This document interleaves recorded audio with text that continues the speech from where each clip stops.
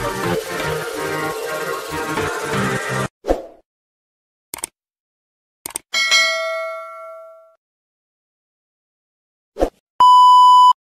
Seri Alif Shukri bawa anak-anak datang kebun sebab nak ajar tengok pokok durian dan cara potong dahan.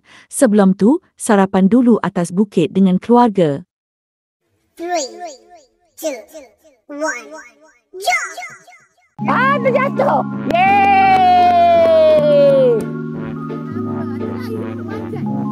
Oh, itu siapa? Ataupun dia sendiri. Do it again bro, do it again. Okay, so hari ni kita naik kebun, okay. Mama actually korang jarang atau jarang sangat-sangat. Kadang-kadang lah korang, kenapa? Biasalah kan, tak suka kena panas. Tapi hari ni kita bawa anak sebab papa dia nak train anak dia untuk tengok pokok durian. Macam mana cara pruning pokok durian. Sambil tu kita breakfast sekali kat sini. Okay, jom. Kat sini you all memang kat sini wajib kena bangun pagi. Sebab bapak dia morning person, so anak dia tak boleh bangun lambat. Jom, mari. Slipper awak mana ni? So, kita dah ada breakfast kat atas bukit. So, kita makan-makan. Tengok ni ada lemak, tak masalah beli je. Nak atas. Tu jangan buat. Bukan, yang halus lagi. The small ones. Bukan tu atas dia. Panas. Naik atas lagi.